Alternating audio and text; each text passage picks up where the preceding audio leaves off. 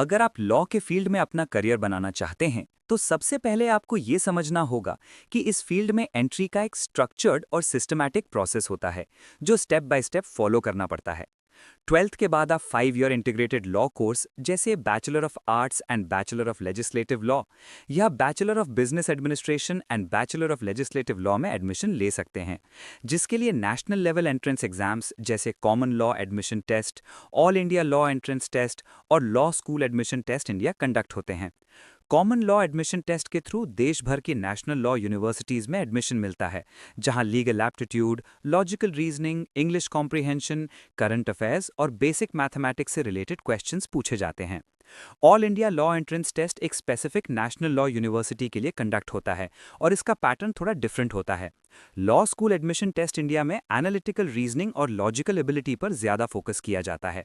अगर आप ग्रेजुएशन के बाद लॉ करना चाहते हैं तो 3 year bachelor of legislative law भी एक ऑप्शन है, जिसमें कुछ यूनिवर्सिटीज अपना एंट्रेंस एग्जाम कंडक्ट करती हैं और कुछ मेरिट के बेसिस पर एडमिशन देती हैं।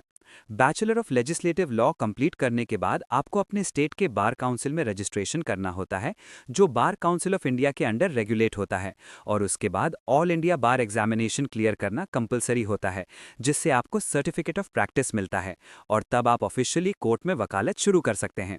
शुरुआत में नए लॉयर्स अक्सर किसी सीनियर एडवोकेट के अंडर प्रैक्टिस करते हैं, जहां ड्राफ्टिंग, फाइलिंग, क्लाइंट हैंडलिंग और कोर्ट प्रोसीजर सीखने का प्रैक्टिकल एक्सपीरियंस मिलता है। धीरे धीरे एक्सपीरियंस के साथ आप इंडिपेंडेंट प्रैक्टिस शुरू कर सकते हैं या किसी लॉ फर्म, कॉर्पोरेट कंपनी या गवर्नमेंट डिपार्टमेंट में लीगल एडवाइजर के रूप में काम कर सकते हैं।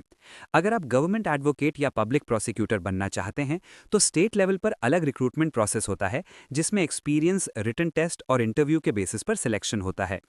यहाँ ये समझना भी जरूरी है कि judiciary is the important part of a democracy. तो आप अगर इस फील्ड में योगदान देके देश को आगे बढ़ाना चाहते हैं तो आपको ईमानदारी, संवैधानिक मूल्यों की समझ और न्याय के प्रति समर्पण के साथ तैयारी करनी होगी।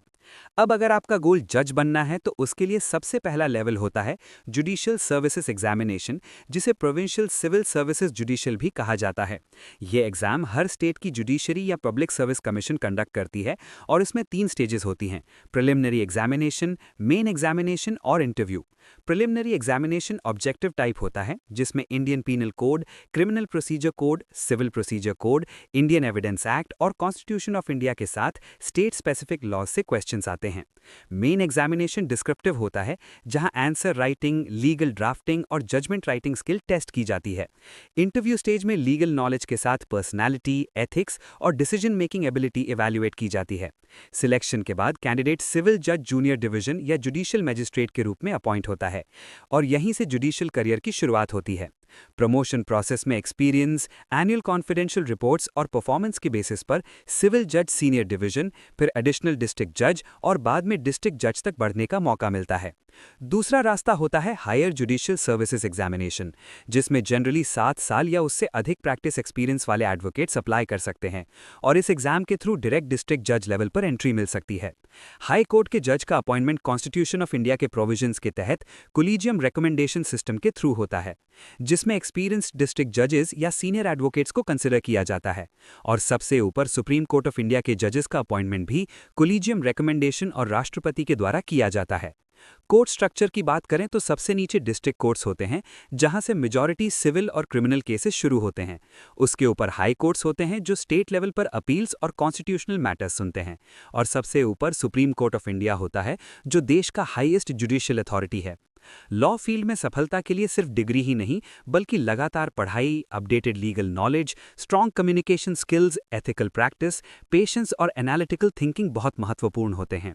अगर आप सिस्टमैटिक प्रिपरेशन, क्लियर स्ट्रैटेजी और कंसिस्टेंट प्रैक्टिस के साथ आगे बढ़ते हैं तो लॉयर से जज तक का सफर बिल्कुल संभव है और ये प्रोफेशन आपको रिस्पेक्ट, स्टेबिलिटी और लॉन्ग टर्म ग्रोथ प्रोवाइड करता है।